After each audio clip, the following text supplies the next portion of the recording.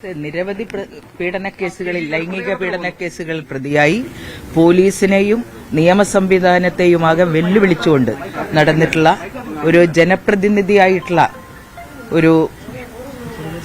പ്രവർത്തകനെയാണ് ഇപ്പോൾ പോലീസ് പിടികൂടിയിട്ടുള്ളത്. തീർച്ചയായും നിരവധിയായിട്ടുള്ള പീഡനം, അതും വളരെ മനുഷ്യത്വരഹിതമായിട്ടുള്ള രൂപത്തിലുള്ള ഒരു പീഡനം നിരവധിയായിട്ടുള്ള പെൺകുട്ടികളുടെ നേർക്കുണ്ടായി എന്നുള്ളത് കേരളീയ സമൂഹത്തിന് അങ്ങേയറ്റം അപമാനകരമായിട്ടുള്ള ഒരു സാഹചര്യം ഉണ്ടാക്കിയിട്ടുള്ള പശ്ചാത്തലത്തിൽ പോലീസിനെ വെട്ടിച്ചുകൊണ്ട് നിയമ സംവിധാനത്തെ വെല്ലുവിളിച്ചുകൊണ്ട് ഒളിവിൽ കഴിയാനടക്കം, സംസ്ഥാനത്തിൽ നിന്ന് പുറത്തുപോയി ഒളിവിൽ കഴിഞ്ഞിട്ടുള്ള സാഹചര്യമടക്കം ഉണ്ടായിട്ട്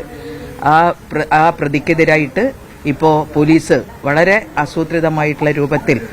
അദ്ദേഹത്തെ പിടിക്കാൻ തയ്യാറായി എന്നുള്ളത് തീർച്ചയായിട്ടും കേരളത്തിലെ പോലീസ് സേന എങ്ങനെയാണ് സ്ത്രീപീഡന കേസുകളിൽ പ്രതികളെ കൈകാര്യം ചെയ്യുന്നത് എന്നുള്ളതിന്റെ ഏറ്റവും മാതൃകാപരമായിട്ടുള്ള ഉദാഹരണമാണ്.